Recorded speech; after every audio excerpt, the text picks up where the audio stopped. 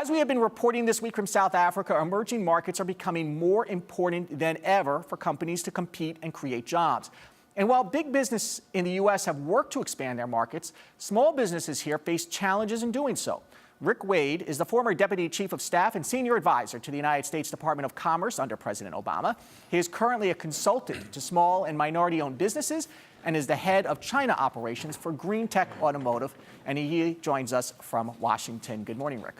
Good morning. Good to be here. For me, this sounds like job growth. It's about job growth. But, people hear about companies in the U.S. trying to do business overseas, and sometimes they don't connect that. So can you connect the dots for us on why this is really about creating jobs here? Well, it is. And, the good news, as indicated earlier, during this past month, we've created 176,000 new jobs in America. And the reality is that most of the new job creation in the United States is from small business. And they play a very, very important part of our economy and certainly at this point to our economic recovery. So the idea here, and one of the most, fascinating or alarming facts while a commerce official was the reality that while 95% of the world's consumers outside of the United States borders, less than 2% of American companies were actually doing business abroad, i.e. exporting. So where's the problem here, Rick? I mean, is it an environment, is it a regulatory environment that's the problem here? Do small businesses just not know how to reach these overseas markets? Well, I don't know if it's so much regulatory as it is about having the global relationships, understanding international trade, and also, this can be costly and out of reach for a lot of small and minority firms. I think we got to do more trade missions. We got to also focus, Andrew, on this area of foreign direct investment.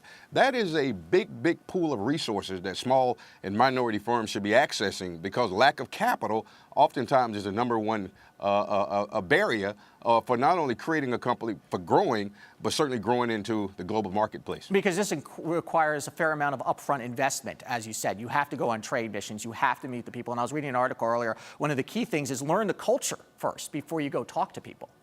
That's exactly right. And that actually is one advantage that small and certainly minority businesses have.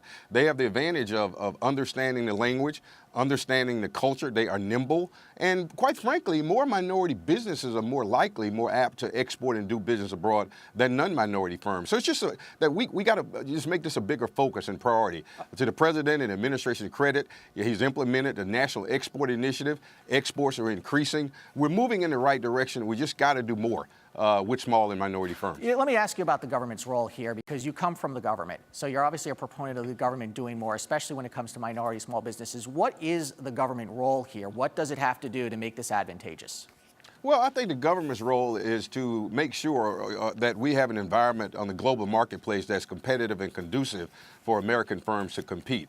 That is from everything, taking on issues of intellectual property protection, which is a big challenge in many markets abroad. It is, as I mentioned earlier, facilitating more trade missions on behalf of the United States government to these emerging markets like Colombia and Turkey and Saudi Arabia and Indonesia, sub-Saharan Africa. And it's also advocating for more capital investment, encouraging more foreign direct investment in America, and more specifically targeting that investment and facilitating that investment to small and minority firms. Yeah, you mentioned where to look, because everybody thinks China. Everybody wants to do a business in China because it's become such a big market. But where are you advising your clients to look right now?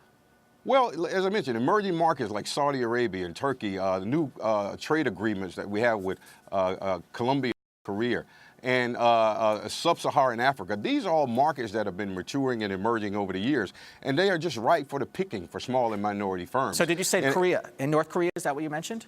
Yes. And how so? Because it's interesting right now. Well, in that again, with the new free trade agreements that we've established with some of these foreign countries, and opening up the marketplaces, in the area of tariffs and breaking down barriers to do trade, these countries again are ripe for trade missions and small and minority firms to enter into those spaces. Okay, Rick, thank you so much. Rick Wade from Washington today, talking about a very interesting subject, how small businesses can get more involved overseas. That is very interesting. That's great. Thank you, Andrew.